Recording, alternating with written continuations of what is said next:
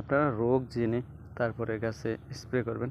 এই যে দেখেন যে আমি কুলটা দেখাচ্ছি, সেটা কিন্তু দাগ হয়ে যেতেছে এবং দাগ হয়ে জোরে শুকিয়ে গেছে সেটা দেখবে।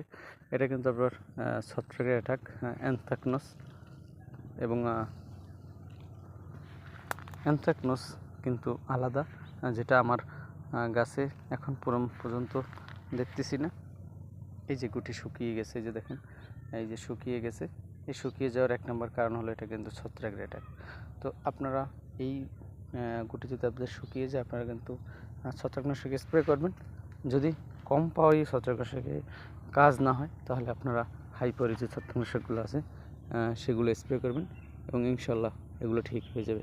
এবং বড় যে গুটিগুলো এগুলো হলুদ হয়ে যেতেছে, এগুলো খাদ্যের অভাবে। সে বিষয়ে আপনারা উপরে খাদ্য বা অনুখাদ্যগুলো এগুলো ব্যবহার করবেন। আর যদি এভাবে পচে শুকিয়ে যায়, সেগুলো কিন্তু আপনার ছত্রাকের অ্যাটাক।